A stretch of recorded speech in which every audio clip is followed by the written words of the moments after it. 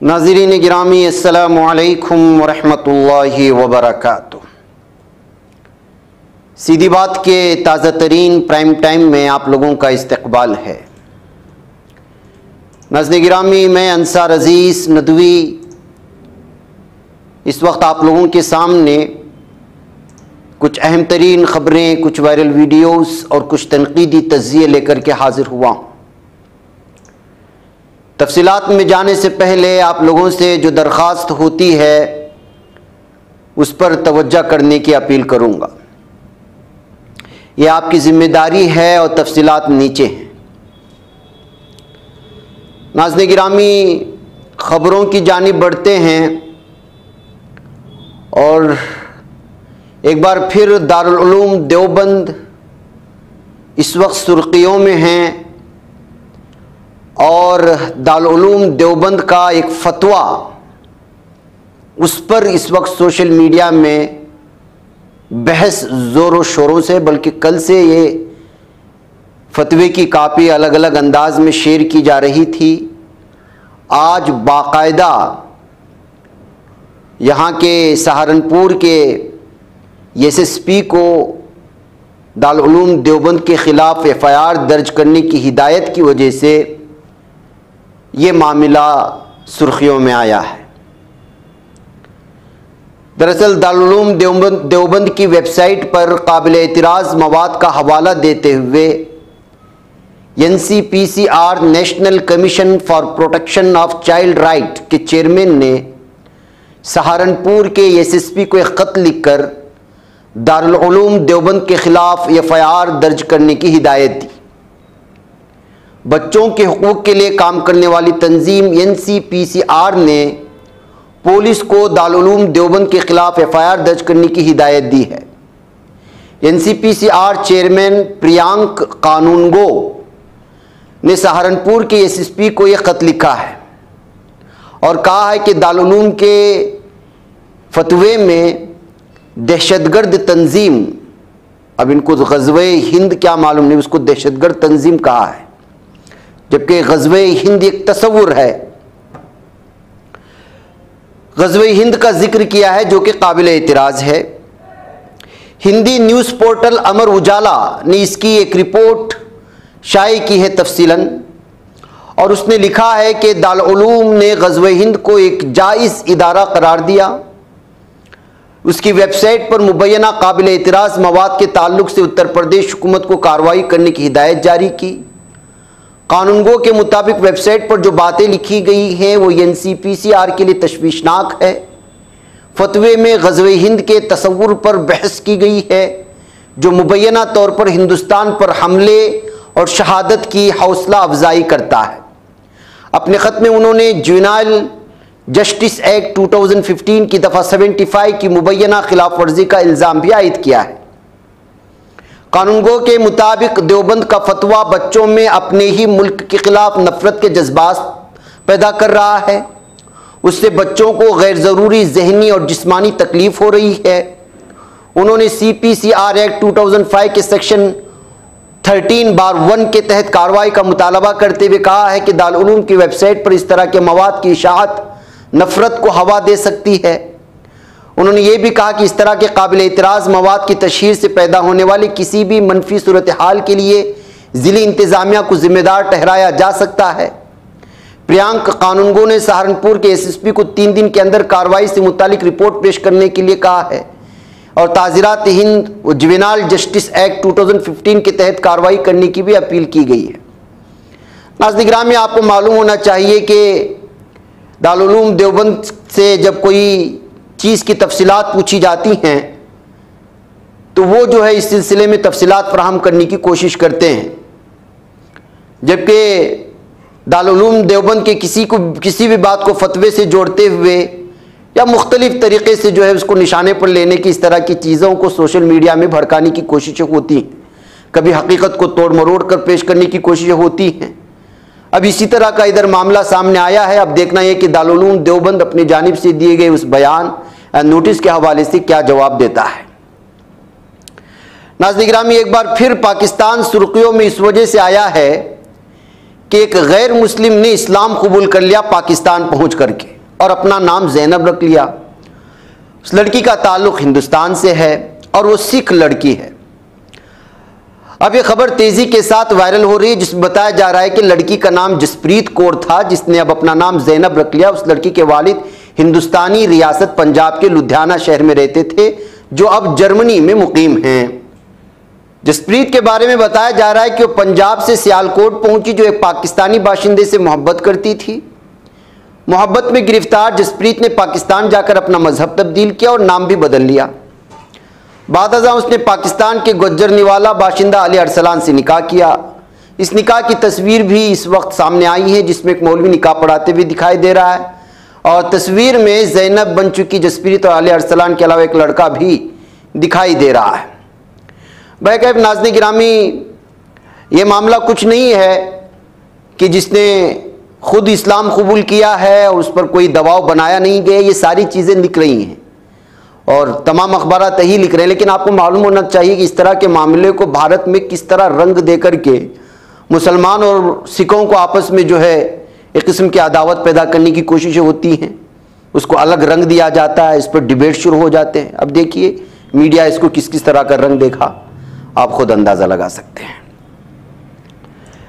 नाज़रीन गिरामी, आजकल हार्ट अटैक का मामला इस कदर संगीन हो चुका है कि नौजवान हो या गाड़ी में चलते लोग या ड्राइवर,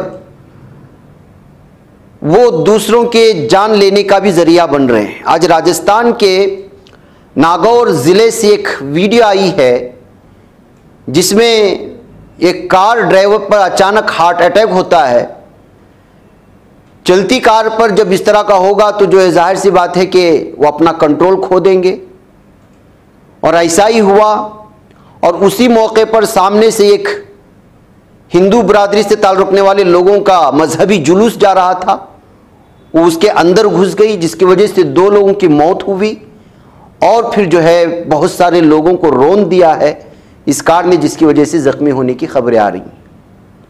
इससे आप अंदाज़ा लगा सकते हैं कि इस वक्त ये, बल्कि कोरोना के बाद से जिस तरह से हार्ट अटैक के जो अलग अलग तरह के तफसीलात आ रही हैं और ख़बरें आती हैं, जो वाक़यात पेश आ रहे हैं, जो सानियात पेश आ रहे हैं, वो वाकई जो है बहुत ही ज़्यादा लोगों के लिए वो परेशानी और तशवीश का तो बाइस है ही। तिब्बी जो इस वक्त शोबा है वो भी इस सिलसिले में अलग अलग तरह के अपने जो है इसकी वजूहात बयान कर रहा है। ऐसा ही मामला आज बेंगलुरु में भी पेश आया।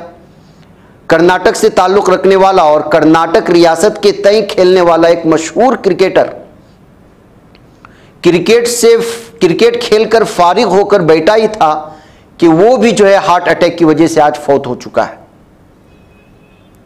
कर्नाटक की एजित साउथ जोन टूर्नामेंट के मौके पर जो है ये मामला पेश आया और वो जो है तमिलनाडु के खिलाफ क्रिकेट खेला भी था, जीत भी हासिल की थी और इसका नाम के होयसड़ा है।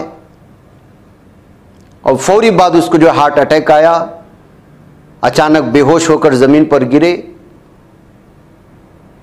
बोरिंग हॉस्पिटल ले जाने की कोशिश की गई, लेकिन जो है वो बीच राह में ही इंतकाल कर गया है। तो नाज़रीन गिरामी, किस तरह से जो है इस वक्त ये सूरत हाल पैदा हो रही हैं और अलग अलग तरह की जो है हादिसात पेश आ रहे हैं। अभी कुछ दिन पहले की बात है कि कर्नाटक के ही साहिली इलाके में, उप्पिनंगड़ी नामी इलाके में 17 साल नौजवान, 17 साल बल्कि लड़की जो 2nd PUC में तालीम हासिल कर रही थी, जिसका नाम हफीज़ा बताया गया है, बीच रात में उस पर हार्ट अटैक हुआ और उसका इंतकाल हुआ था। ये फरवरी 15 को पेश आया हुआ मामला था। पुत्तूर के सेंट फिलोमिना कॉलेज में तालीम हासिल कर रही थी। अब ये जो है इसी महीने का दूसरा वाक़या है कर्नाटक का, और राजस्थान की वो वीडियो आपने देख लिया। तो ये इस वक्त हालात बन रहे हैं हार्ट अटैक के, वाकई में तिब्बी शोबे के लिए एक चैलेंज बना हुआ है। नाज़रीन गिरामी, आइए एक और ख़बर की जानिब आपको ले चलूँ, और वो खबर है 25 लाख का कलम 15 लाख का सूट इस्तेमाल करने वाले पीएम मोदी गरीब होने का ड्रामा करते हैं। इस संजय रावत का बयान सामने आया है, जिसके बाद ये अलग अलग सुर्खियां बन रही है। बीजेपी के कौमी सदर जेपी नड्डा ने अपने कारकुनों को मशवरा दिया है कि वो आम लोगों के दरमियान जाते हुए सादगी अपनाएं, महंगी घड़ियों और कारों का इस्तेमाल ना करें। लेकिन जेपी नड्डा का यह मशवरा वज़ीर आज़म मोदी पर लागू नहीं होता। पीएम मोदी अपने जेब में जो कलम रखते हैं उसकी कीमत 25 लाख रुपए है, उनका सूट 15 लाख रुपए का है। मोदी का सब ठाट बाट अमीरों का है। गुज़श्ता 70 सालों में मुल्क के किसी भी वज़ीर आज़म ने इस कदर अमीरी के ठाट नहीं रखे। ये बातें शिवसेना यूबीटी के मेंबर पार्लियामेंट संजय रावत ने कही है। एक प्रेस कॉन्फ्रेंस में ये सारे हकाइक बयान करने की कोशिश कर रहे थे जेपी नड्डा का जवाब देते हुए। एबीपी में इसकी तफसीलात भी छपी। उसमें संजय रावत ने कहा कि बीजेपी के 100% लीडरों के हाथों में महंगी घड़ियां हैं, जबकि 90% लीडरान व कारकुनान लग्जरी गाड़ियों में सफ़र करते हैं। मगर अब न सिर्फ महाराष्ट्र बल्कि मुल्क के लोगों ने तय कर लिया है कि उनके महंगे सूट और महंगी घड़ियां उतारने हैं। उन्होंने कहा कि बीजेपी के दौर में 7,000 करोड़ का इंतखाबी बॉन्ड घोटाला हुआ है। पीएम केयर फंड में बदउनवानी हुई है, इसलिए जेपी नड्डा महाराष्ट्र में आकर ज्ञान बांट रहे हैं, या ज्ञान नहीं बांटें तो बेहतर होगा। देवेंद्र फडणवीस के उस बयान पर कि किसी का भी बाप आ जाए मुंबई महाराष्ट्र से अलहदा नहीं होगी पर रद्द-ए-अमल जाहिर करते हुए संजय रावत ने सवाल किया कि बीजेपी को अपने बाप का पता है क्या? बीजेपी के अब 10 बाप हो गए हैं। उन्हें खोके वाले बाप एकनाथ शिंदे के साथ बगावत करने वाले लेकर सियासत करनी पड़ती है। एकनाथ शिंदे व अजित पवार बीजेपी के बाप हैं, जबकि शिवसेना का एक ही बाप है और वो यानी बाला साहेब ठाकरे। इसलिए हम बेखौफ होकर लोगों के दरमियान जाते हैं, ये कहते हुए उन्होंने जो है बहुत सारे लोगों को अपने प्रेस कॉन्फ्रेंस में लगातार आड़े हाथ लेने की कोशिश की थी। लेकिन 25 लाख का कलम और 15 लाख का सूट कह करके उन्होंने सुर्खियां बटोरी हैं। नाज़रीन गिरामी, आम इंतखाबात की आमद से पहले पहले आप यूँ समझे कि दहलीज पर खड़ा है, सिर्फ तारीख का ऐलान होना बाकी है। ऐसे में इधर उधर भागना सियासी लीडरान का, कहाँ मफाद है, कहाँ जो है सीट मिलेगी, कहाँ सीट नहीं मिलेगी, यही इस वक्त जो है कैलकुलेशन होता रहता है। हिसाब किताब का दौर है अब। ऐसे में क्या बीएसपी में भी भगदड़ के आसार हैं? मायावती ठीक तौर से जो है अपने लीडरों को जवाब नहीं दे रही है कि वो बीजेपी के साथ जाएगी, इंडिया अलायंस में जाएगी, तन्हा लड़ेगी तो किन लीडरों को टिकट देगी। इसलिए नए ठिकाने की तलाश में है, ऐसी खबरें आ रही हैं। इंडियन एक्सप्रेस ने लोकसभा इंतखाबात के हवाले से मायावती की बहुजन समाज पार्टी यानी बीएसपी के मेंबरान पार्लियामेंट पर एक रिपोर्ट की। बीएसपी यूपी में किसी इत्तेहाद का हिस्सा नहीं। इंडियन एक्सप्रेस की रिपोर्ट में कहा गया है कि मायावती की पार्टी के कई एमपी और दीगर पार्टियों से राब्ते में हैं। 2019 के लोकसभा इंतखाबात में बीएसपी ने यूपी में 10 सीटें जीती हैं। बीएसपी रियासत में बीजेपी के बाद दूसरी सबसे बड़ी पार्टी थी। बीएसपी मेंबरान असेंबली के लिए परेशानी बढ़ती जा रही है। बुध को एसपी ने जो सीट शेयरिंग फार्मूला शेयर किया है उसमें कांग्रेस अमरोहा से इलेक्शन लड़ेगी, जहां दानिश अली जमीन पर सरगर्म बताए जाते हैं। अखबार ने अपनी रिपोर्ट में लिखा है मायावती तक पहुंचना मुश्किल है, इसलिए बीएसपी के 8 मेंबरान पार्लियामेंट ये नहीं समझ पा रहे हैं कि उन्हें टिकट मिलेगा या नहीं, जिसकी वजह से वो कुछ और सोच रहे हैं। एक तरफ बीएसपी का ये सूरत हाल नाज़रीन गिरामी, तो वहीं पर अब बीजेपी मलऊन व मरदूद नफरत फैलाने वाले राजा सिंह को किनारा करने की कोशिश कर रही है।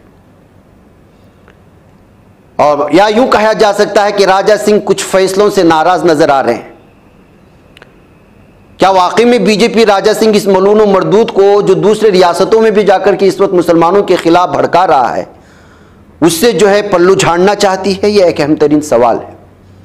इसलिए इस वक्त तबसरे सामने आए हैं कि इस मलून व मरदूद ने बीजेपी की जानिब से आगाज करदा संकल्प यात्रा में शिरकत नहीं किया और 19 फरवरी को मरकजी वजीर जी किशन रेड्डी ने चार मीनार के करीब में वाक़े भाग्य मंदिर में संकल्प यात्रा से मुतालिक पूजा किया था, उसमें भी शिरकत नहीं किया। और भोंगेर के जलसे आम में भी उसने शिरकत नहीं किया।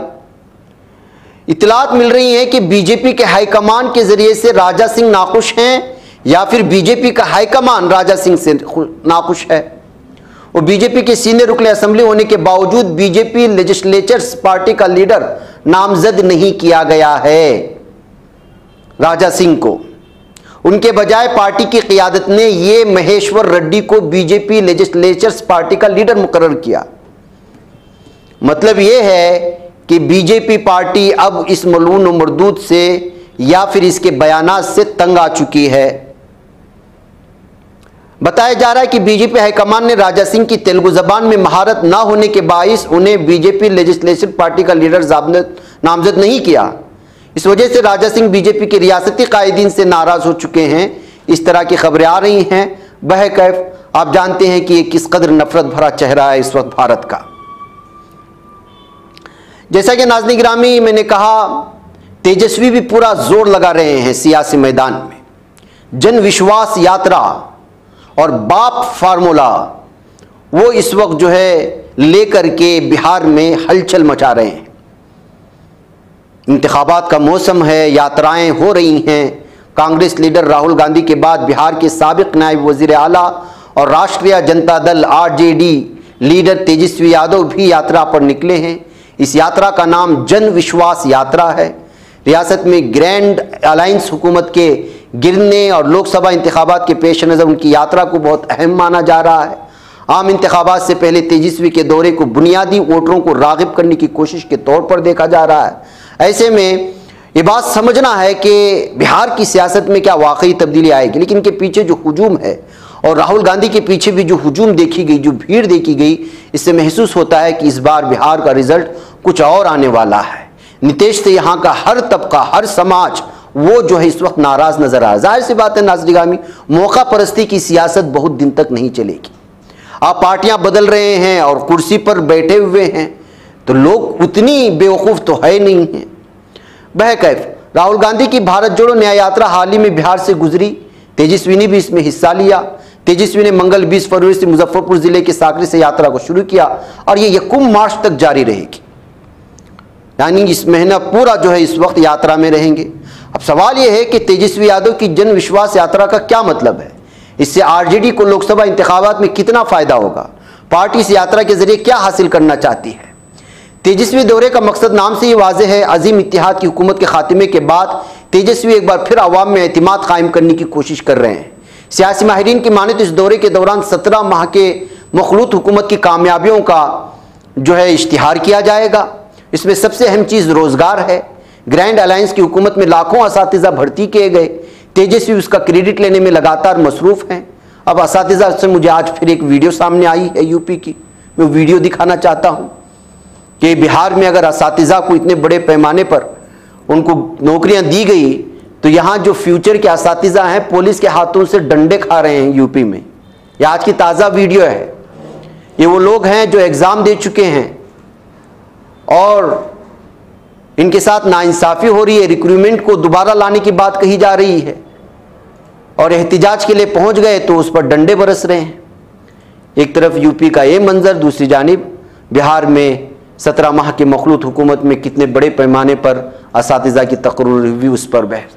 तो नाज़रीन गिरामी, ये वो हक़ाइक़ हैं जो लोगों के सामने लाना बहुत ज़रूरी हो जाता है। और इस वक्त का बिहार हो या फिर जो है बीजेपी हो, तमाम चीज़ों की जो है सियासी बिसात कुछ इसी तरह बिखरी नज़र आ रही है। वहीं नाज़रीन गिरामी, किस तरह ख़बरों को दबा दिया जाता है। बीजेपी से वाबस्ता लीडरान की जराइम को मीडिया दिखाने की कोशिश नहीं करता। अब देखिए, भारतीय जनता पार्टी के रुकन आमिला और अदाकारा जयलक्ष्मी को तमिलनाडु की तिरुमंगलम पुलिस ने एगमोर अदालत के हुक्म पर धोखाधड़ी और जालसाजी के इल्ज़ाम में गिरफ्तार किया, लेकिन कोई मीडिया दिखाने को तैयार नहीं और ना ही बहस करने को तैयार है, इसलिए कि इससे बीजेपी पार्टी की बदनामी होगी। हाँ, वही आप बंगाल चले जाएंगे और वहाँ पर हर छोटे बड़े मामले को लेकर के हंगामा मचाना शुरू करेंगे। एक गिरफ्तार गीतकार स्नेहन के लगाए गए इल्जामात पर अमल में आई है, जिसने दावा किया है कि जयलक्ष्मी अपने ट्रस्ट स्नेहन फाउंडेशन की आड़ में आवाम से चंदा मांग रही थी। गीतकार स्नेहन ने इल्जाम लगाया कि स्नेहन फाउंडेशन की वेबसाइट पर दर्ज पते पर खतूत के जरिए 2 मरतबा वजाहत तलब करने के बावजूद उन्हें कोई जवाब मौसूल नहीं हुआ। मजीद बरां फराहम करदा मोबाइल नंबर पर रब्ता करने की कोशिश पर उन्हें अलग से मिलने की हिदायत की गई। जो वेबसाइट पर मज़कूरा एड्रेस पर पहुंचे तो स्नेहन को कोई दफ्तर दिखाई नहीं दिया, यानी कि अलग अलग नामों से खोलना और लोगों को लूटना। बाहर से बात है कि आप किसी भी जो है पार्टी में, बिलखुसूस बीजेपी पार्टी से लगेंगे तो ऐसा महसूस होता है कि जो है ना पुलिस आपका कुछ बिगाड़ पाएगी ना अदालत कुछ, ऐसा इस वक्त मान करके चला जा रहा है। मैं क्या नाज़रीन गिरामी, मुझे वहाँ पर इजाज़त दें, इंशाल्लाह फिर आप लोगों से मुलाकात होगी। अस्सलाम वालेकुम रहमतुल्लाहि व बरकातहू। बच पाता है कोई सहाफ़ी की निगाहों से, मिलाता है ये लोगों को मोहब्बत की पनाहों से। करम और दर्द मंदी का है एक संसार, सीधी बात अज़ीमत जुर्अतो हिम्मत का है इज़हार, सीधी बात अज़ीमत जुर्अतो हिम्मत का है इज़हार, सीधी बात। ये चैनल हक निगर बनकर कुचल देता है फितनों को।